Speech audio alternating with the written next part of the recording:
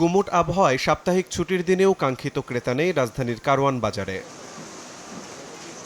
গত সপ্তাহের দামেই বিক্রি হচ্ছে বেশিরভাগ সবজি। পটল, ঢেঁড়স, বরবটি, করলা ও কচু পাওয়া যাচ্ছে কেজি প্রতি 50 টাকার মধ্যে। তবে কাঁচামরিচ 20 টাকা কমে মানভেদে বিক্রি হচ্ছে 80 থেকে 100 টাকায়। শাকসবজিরা বৃষ্টির কারণে হয়তো আপ ডাউন করে, যেহেতু বৃষ্টিতে অনেক সময় পচে যায়, এই জন্য দামটা একটু বেড়ে যায়। মানুষ তো দূর দূরান্ত থেকে কারওয়ান বাজারে আসে একটু কমে কেনার জন্য, কিন্তু এখানেও এসে স্বস্তি নাই।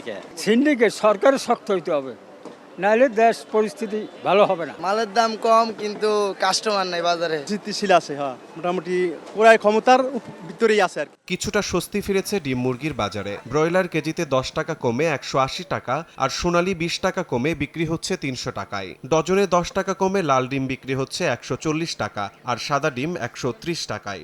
কম তো এখন সিজন এমনি আইব, কারণ কি এখন শাকসবজি আস্তে আস্তে আসবো। বাংলাদেশের সবচেয়ে powerful banking app city touch download করুন।